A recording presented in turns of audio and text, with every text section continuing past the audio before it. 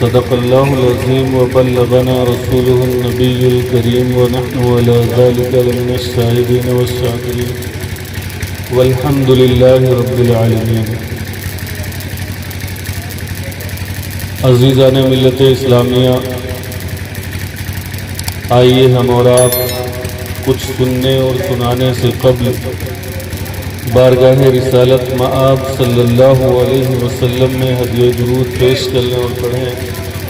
اللہم صلی علی سیدنا و شفیعنا مولانا محمد وبارک وسلم، صلاۃ و سلام علیک یا رسول اللہ یا حبیب اللہ صلی اللہ علیہ وسلم۔ وہ کمال حسن حضور ہے کہ گمان نقص جہاں نہیں، وہ کمال حسن حضور ہے کہ گمان نقص جہاں نہیں، یہی پھول خار سے دور ہے، یہی شمع ہے کہ دھواں نہیں۔ کروں تیرے نام پہ جاں فدا، نہ بس ایک جاں دو جہاں فدا، کروں تیرے نام پہ جاں فدا، نہ بس ایک جاں دو جہاں فدا، دو جہاں سے بھی نہیں جی بھرا، کروں کیا کروڑوں جہاں نہیں۔ اور کروں مد اہل دول رضا، پڑے اس بلا میں میری بلا، میں گدا ہوں اس کریم کا، میرا دین پارے نہ نہیں۔ اور علامہ اقبال کہتے ہیں، ہو نہ یہ پھول تو بلبل کا ترنم بھی نہ ہو، ہو نہ یہ پھول تو بلبل کا ترنم بھی نہ ہو، چمنے دہر میں کلیوں کا تبسم بھی نہ ہو، یہ نہ ساقی ہو تو میں بھی نہ ہو، خم بھی نہ ہو، بزم توحید بھی دنیا میں نہ ہو، تم بھی نہ ہو، خیمہ افلاک کا استادہ اسی نام سے ہے، نبض ہستی تپش آمادہ اسی نام سے ہے، اور قوت عشق سے ہر پست کو بالا کر دے، قوت عشق سے ہر پست کو بالا کر دے، دہر میں اسم محمد سے اجالا کر دے۔ اور کی محمد سے وفا تو نے تو ہم تیرے ہیں، کی محمد سے وفا تو نے تو ہم تیرے ہیں، یہ جہاں چیز ہے کیا لوح و قلم تیرے۔ عزیزان ملت اسلامیہ، آپ ایک ولی کی بارگاہ میں اس کے عرس کے موقع پر اس محفل میں بیٹھے ہوئے ہیں۔ آج مادی زمانہ ہے، لوگ ولیوں سے دور ہوتے جا رہے ہیں اور اپنے آپ کو ماڈرن تصور کرتے ہوئے، اپنے آپ کو انتہائی براڈ مائنڈ سمجھتے ہوئے وہ یہ سوچتے ہیں کہ ولیوں سے قریب ہونا یہ پرانے زمانے کی بات ہے، اور ولیوں سے کی باتیں کرنا، ان کا ذکر کرنا یہ دقیانوسی ہے، یہ پرانے لوگوں کا طریقہ ہے، اور اس طریقے سے وہ لوگوں کو ورغلاتے ہیں، اس بات کو ان کے ذہن میں بٹھاتے ہیں کہ ان ولیوں کے پاس کچھ نہیں ملتا، یہ ولی بے فیض ہوا کرتے ہیں، اگر تمہیں کچھ مل سکتا ہے تو فقط اللہ کی بارگاہ سے مل سکتا ہے۔ یقیناً اللہ کی بارگاہ سے ہمیں سب کچھ ملتا ہے، اور بغیر اس کے چاہے کوئی ہمیں کچھ نہیں دے سکتا، یہ ہمارا عقیدہ ہے، لیکن اللہ ہی کے بتانے سے ان بزرگوں کے پاس وہ فیض ہوتا ہے کہ یہ ہمیں بہت کچھ عطا کر دیا جاتا ہے۔ عزیزان ملت، میں آپ کے سامنے میں نے جس آیت مبارکہ کی تلاوت کا شرف حاصل کیا، اس آیت پر کچھ گفت و شنید سے قبل میں چاہتا ہوں کہ اس کا پس منظر آپ کے سامنے رکھوں کہ اللہ تبارک و تعالیٰ نے یہ آیت کیسے ہمارے سامنے پیش کی، قرآن میں کس طریقے سے اس آیت کو نازل کیا۔ تو آپ جانتے ہیں، مفسرین سے سنا ہوگا، مقررین سے اور خطبہ سے یہ سنتے ہوں گے کہ سورہ کہف کے بارے میں اللہ تبارک و تعالیٰ نے جو قرآن مجید میں سورت نازل فرمائی، اس سورت کی بڑی فضیلت ہے۔ جمعہ کے روز جو اسے پڑھے وہ اللہ تبارک و تعالیٰ کے انعام و اکرام سے اپنے آپ کو مالا مال کر سکتا ہے۔ اس صورت کے نازل کرنے کا سبب کیا تھا؟ دراصل بنی اسرائیل میں کچھ اللہ کے نیک بندے تھے جو اللہ کو اپنا معبود اور رب مانتے تھے، اور جو یہ اللہ کے بندے جس شہر میں رہتے تھے اس شہر کا جو بادشاہ کا حاکم تھا وہ اپنے آپ کو ان شہر والوں سے رب کہلاتا تھا، کہتا تھا تم مجھے اپنا رب مانو، تم مجھے اپنا معبود مانو، میری پوجا کرو۔ اللہ کے یہ نیک بندے جو اللہ کو اپنا رب مانتے تھے، اللہ کو اپنا معبود سمجھتے تھے، اللہ کی بندگی کرتے تھے، جب ان کے بارے میں لوگوں کو معلوم ہوا کہ کچھ ایسے بندے ہیں جو اللہ کو اپنا معبود مانتے ہیں، جو اللہ کو اپنا پروردگار تسلیم کرتے ہیں، تو ان لوگوں نے جو ہے یہ باتیں بادشاہ تک پہنچانے کی کوشش کی۔ جب ان اللہ کے نیک بندوں کو یہ بات معلوم ہوئی کہ میری شکایت بادشاہ کو جا رہی ہے، تو یہ نیک بندے اس شہر کو چھوڑ کر شہر سے باہر چل دیتے ہیں۔ جب شہر کے باہر چلتے ہیں تو شہر سے باہر نکلتے وقت ان کے ساتھ ایک کتا ہو لیتا ہے، اور وہ کتا ان کے پیچھے پیچھے چلنے لگتا ہے۔ جب اس کتے کو یہ دیکھتے ہیں اللہ کے نیک بندے تو اس کتے کو بھگانے کی کوشش کرتے ہیں کہ تم میرے ساتھ نہ چلو، اگر تم چلو گے تو تمہاری آواز کے سبب ہم کو پکڑ لیا جائے گا اور حاکم کے سامنے پیش کر دیا جائے گا۔ جب یہ بات اس کتے سے کرتے ہیں تو اللہ تبارک و تعالیٰ اس کتے کو قوت گویائی عطا کر دیتا ہے، اور وہ کتا بول پڑتا ہے کہ اے اللہ کے نیک بندو، میں تمہارے ساتھ اس شہر سے باہر جانا چاہتا ہوں، اور میں تمہارے ساتھ جہاں چلو گے وہاں رہوں گا، اور خاموشی کے ساتھ رہوں گا، ذرہ برابر بھی کوئی بھنک دشمن کو لگنے نہیں دوں گا۔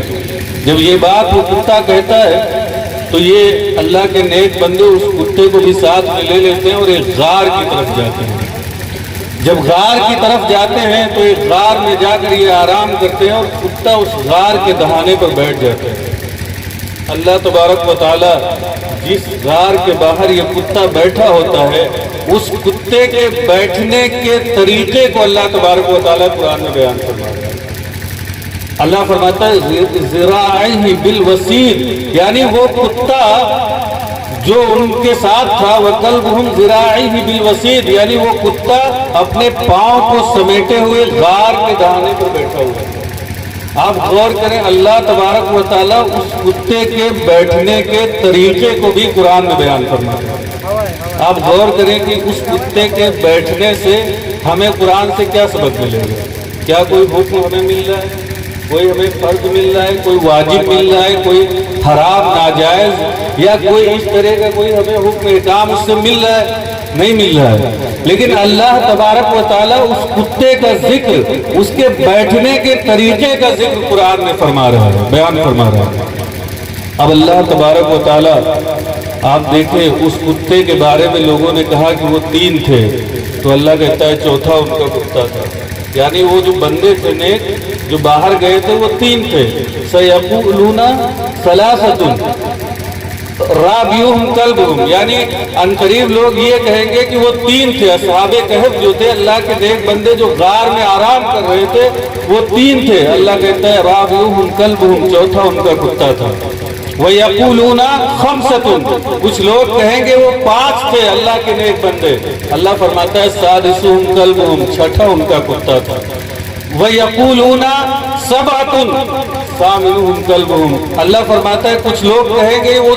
7 تھے۔ اللہ فرماتا ہے رَابِعُهُمْ كَلْبُهُمْ، 8واں ان کا کتا تھا۔ آپ غور کریں، وہ کتا جب غار کے دہانے پر بیٹھ رہا ہے تو اللہ اس کتے کے بیٹھنے کے اسٹائل کو بیان کر رہا ہے، اور جب اس بات پر بحث ہو رہی ہے، یہ کہا جا رہا ہے کہ وہ اصحاب کہف یعنی وہ اللہ کے نیک بندے 3 تھے، تو اللہ کہتا ہے چوتھا ان کا کتا بھی تھا۔ جب لوگ کہتے ہیں وہ 5 تھے تو اللہ کہتا ہے چھٹا ان کا کتا بھی تھا۔ جب لوگ کہتے ہیں وہ 7 تھے تو اللہ کہتا ہے 8واں ان کا کتا بھی تھا۔ آپ غور کریں کہ اس کتے سے ہمیں کون سا حکم مل رہا ہے، کون سے ہمیں جائز یا ناجائز کا جو ہے ایسا کوئی طریقہ ہمیں میسر آ رہا ہے جو ہماری زندگی میں عمل کے لائق ہے۔ آپ جب غور کریں گے تو اس واقعے کے بعد، اس آیت کے بعد اللہ تبارک و تعالیٰ آگے فرماتا ہے، جو میں نے اپنے خطبے میں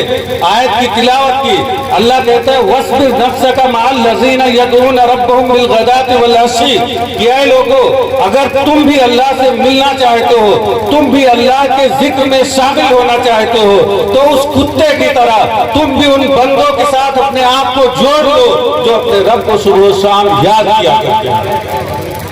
وَاصْبِرْ نَفْسَكَ مَعَ الَّذِينَ يَدْعُونَ رَبَّهُمْ بِالْغَدَاةِ وَالْعَشِيِّ کہ اے لوگوں، اپنے آپ کو ان بندوں کے ساتھ جوڑ لو جو اپنے رب کو صبح و شام یاد کیا کرتے ہیں۔ اب آپ میں سے بہت سے ایسے لوگ ہوں گے جو یہ کہہ سکتے ہیں کہ ہم بھی اللہ کو صبح و شام یاد کیا کرتے ہیں، فلاں کہہ سکتا ہے کہ ہم بھی اللہ کو صبح و شام یاد کیا کرتے ہیں، کچھ لوگ جو دن رات لوٹا لیے دوڑتے رہتے ہیں مسجدوں میں، وہ بھی کہہ سکتے ہیں کہ ہم 5 وقت اس کے علاوہ دن بھر مسجد میں رہتے ہیں، اللہ کو یاد کرتے ہیں، رات بھر مسجد میں رہتے ہیں، اللہ کو یاد کرتے ہیں۔ تو مجھ سے بڑا اللہ کو یاد کرنے والا کون ہو سکتا ہے؟ اللہ فرماتا ہے نہیں، وہ لوگ نہیں، ایسے لوگ نہیں، بلکہ اللہ فرماتا ہے یدعون ربهم بالغداة والعشی، اللہ کو صبح و شام جو یاد کرتے ہیں، میں ان بندوں کی بات کر رہا ہوں یریدون وجہ، جو اپنے کسی مقصد کے تحت نہیں یاد کرتے، جو اپنے مطلب کو پورا کرنے کے لیے نہیں یاد کرتے، جو کسی کو راستے سے بہکانے کے لیے نہیں یاد کرتے، جو کسی کو ولیوں سے دور کرنے کے لیے نہیں یاد کرتے، بلکہ اگر وہ اللہ کو صبح و شام یاد کرتے ہیں تو یریدون وجہ، وہ اللہ رب العزت کی رضا چاہتے ہوئے اللہ کو صبح و شام یاد کرتے ہیں۔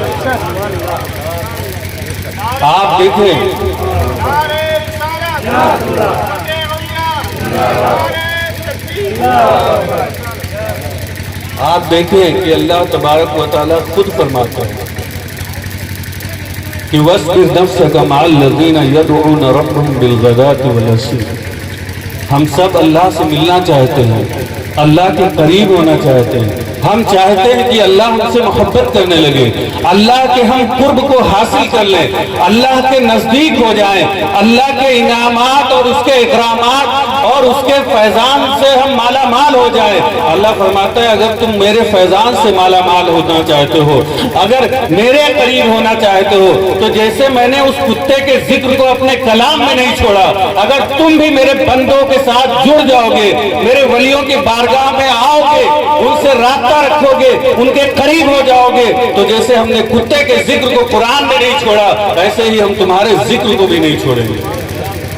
لہذا وَاصْبِرْ نَفْسَكَ مَعَ الَّذِينَ يَدْعُونَ رَبَّهُمْ بِالْغَدَاةِ وَالْعَشِيِّ کہ اے لوگوں، اپنے آپ کو ان بندوں کے ساتھ جوڑ لو جو اپنے رب کو صبح و شام یاد کرتے ہیں، یریدون وجہ، جو اس کی رضا چاہتے ہوئے یاد کرتے ہیں۔ اللہ فرماتا ہے بس اتنی سی بات نہیں ہے، بلکہ وَلَا تَعْدُ عَيْنَاكَ عَنْهُمْ، تم یہ ہلکی بات مت سمجھنا، میں کہتا ہوں تم ان سے اپنی نگاہوں کو پھیرنا بھی نہیں کرتے۔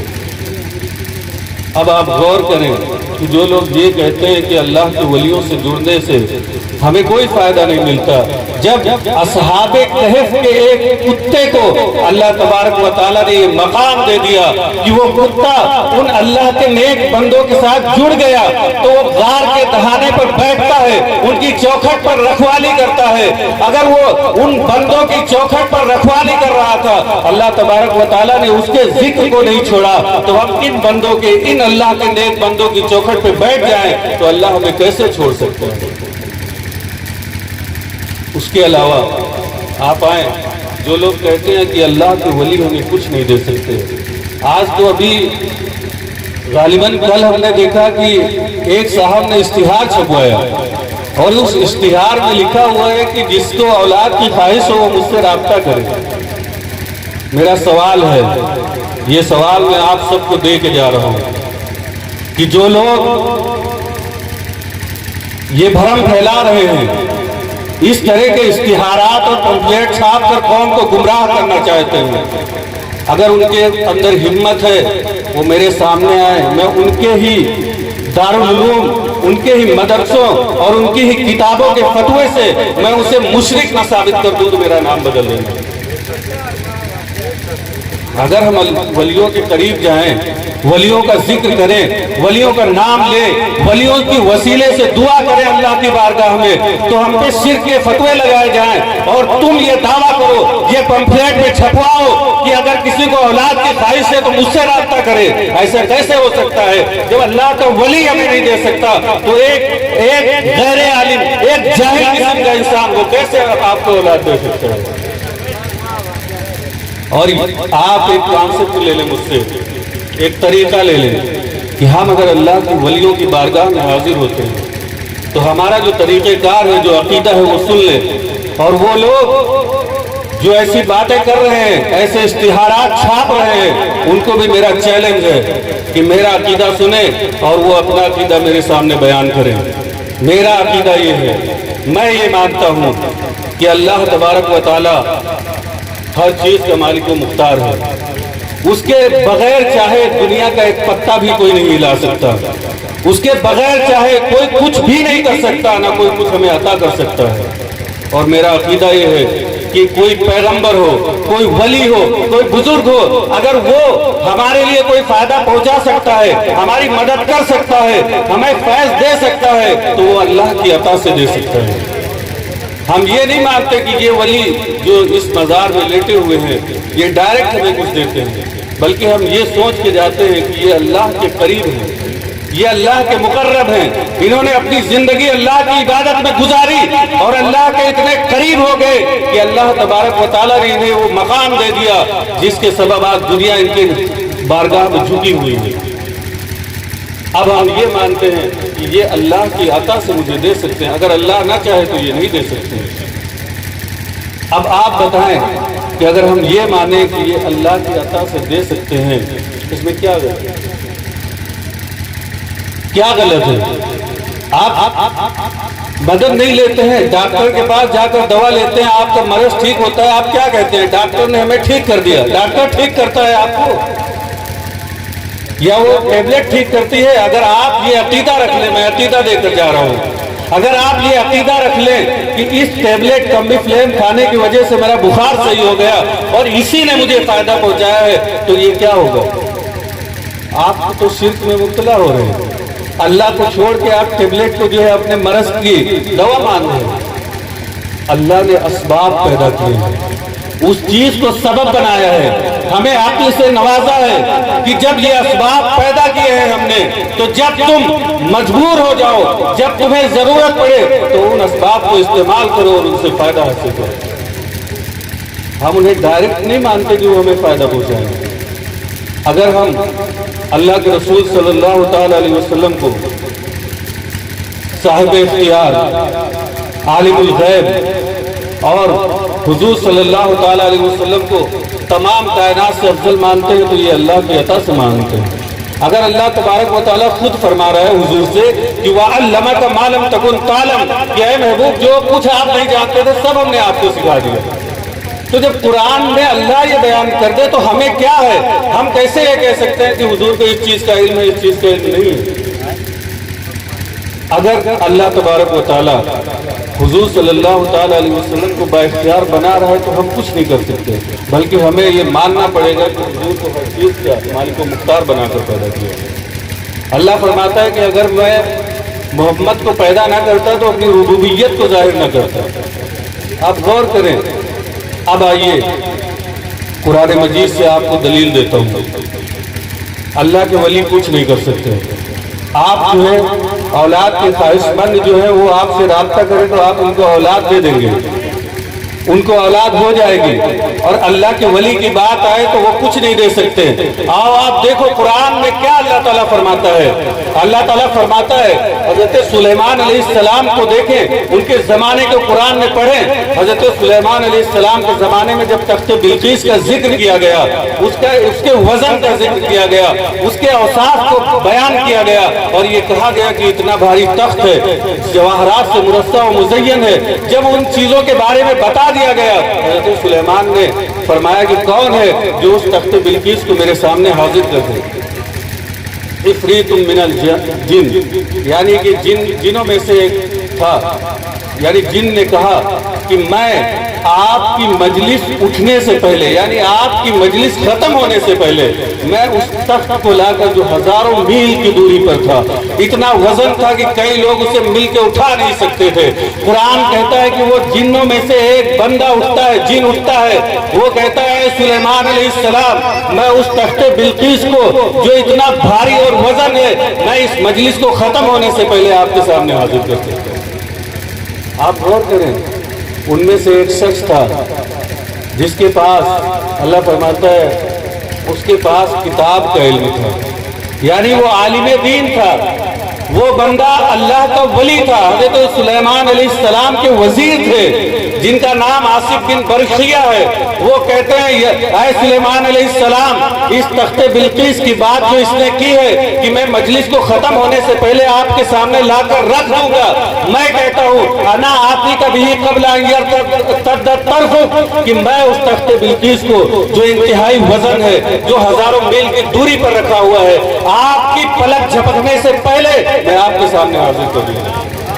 حضرت سلیمان علیہ السلام جیسے پلک جھپکتے ہیں اور دیکھتے ہیں تو سامنے وہ تخت بلقیس حاضر ہے۔ قرآن اٹھائیں، آپ پڑھیں، میں یہ کہیں کہانیاں نہیں سنا رہا ہوں، میں آپ کو گڑھی ہوئی باتیں نہیں بتا رہا ہوں، بلکہ قرآن اور حدیث سنا رہا ہوں۔ آپ قرآن کو ابھی موبائل میں کھولیں اور دیکھیں یہ آیت اس میں موجود ہے یا نہیں۔ وہ آصف بن برخیہ جو حضرت سلیمان علیہ السلام کے ولی ہیں، وہ کہتے ہیں کہ انا آتی کا بھی قبل ان یرتد طرف، میں آپ کی پلک جھپکنے سے پہلے اس تخت بلقیس کو ہزاروں میل کی دوری سے آپ کے سامنے پیش کر سکتا ہوں۔ اور جب حضرت سلیمان آنکھ جھپکتے ہیں، پلک جھپکتے ہیں، تو وہ تخت بلقیس سامنے حاضر ہوتا ہے۔ حضرت سلیمان کہتے ہیں کہ ھذا من فضل ربی،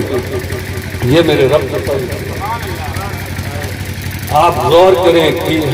حضرت سلیمان علیہ السلام کے ولی کا یہ عالم، اور اس امت کے غوث اعظم فرماتے نظر تو الی بلاد اللہ جمن کخردلۃ علی حکم اتصالی، کہ میں اللہ کے تمام شہروں کو ایسے دیکھتا ہوں جیسے ہاتھ کی ہتھیلی پہ رائی کے دانہ کو دیکھتا ہوں۔ سبحان اللہ، بہت خوب۔ آپ غور کریں کہ اللہ کے ولی کا کیا مقام ہے۔